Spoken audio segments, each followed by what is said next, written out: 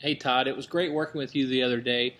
I wanted to make this video for you to just sort of recap your lesson. I know we talked about a lot of things, and it was a lot of information for your very first lesson, but hopefully this video will be sort of a reminder for you and give you things to take to the range and to work on. So let's start off by talking a little bit about the changes that we made to your posture, to your setup, and sort of the goals of what we're trying to achieve here.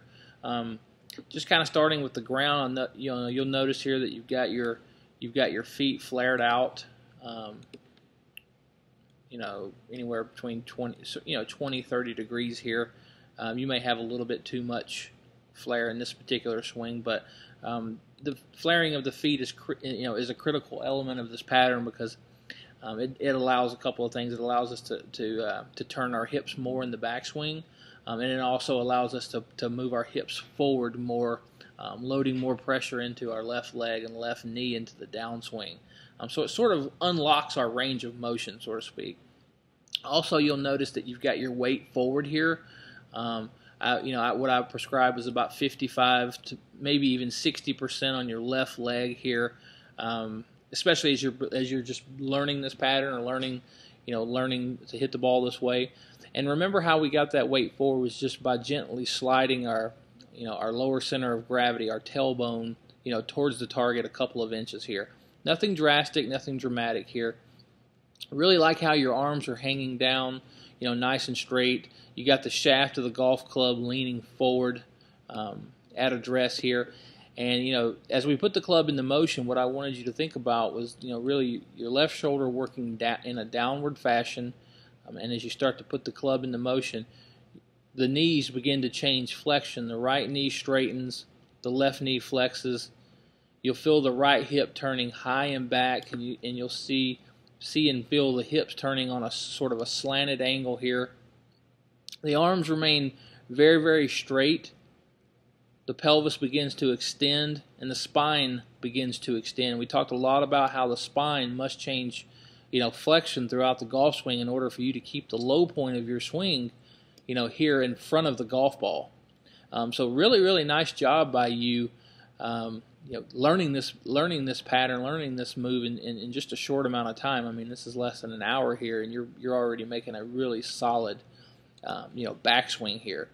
As we get to the top and we transition down, sort of the swing keys for you that we rehearsed were obviously the swing starts from the ground up. The left knee, left hip begin to push forward as the arms drop. You do a really nice job of that. Very good transitional move here, getting into your left side. I mean, for a relatively beginning player, you've picked this up faster than most students that I've ever worked with. So, awesome looking positions here, really getting into that left side. And we talked about, we wanted to have about 80-85% of our weight on our left leg as we get to as we work into impact. The only critique that I would have for you at this point right here is really how the elbows through impact start to bend, break, and separate a little bit. You'll see that this distance is slightly increased versus where it was at address. If you take a look at the picture on the right, I mean, that's pretty much your address position in the same swing. So we worked on that a little bit. And what we did is I put you in this drill. I call it the flying wedge drill, where you just really, focus on keeping the arms straight, the elbows pinching together, and working on maintaining those wrist angles. Because as you know, forward shaft lean is a critical element to great ball striking.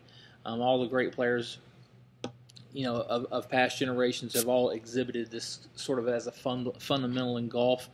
And you're well on your way to achieving that. So with this drill, you'll notice it was sort of an abbreviated swing, probably swinging at about 50% power, not a full swing, left arm just about parallel to the ground. Really want you focusing on the same fundamentals, pushing your hips forward, getting into that left side, arms staying straight, elbows staying pinching together, and handles leaning forward. So you can take a look at those two impact positions and see a dramatic difference. The shot on the right, the ball is hit with more compression. We're going to have much more control over the club face because our wrist angles they're more stable. We got more speed because our levers are longer, our arms are longer, elbows are not pinching and separating. We have more extension. And even if you take a look at a few frames past impact, you see here on the left how, the elbows, you can see that the gap is widened there. The arms are not straight, they're not extended.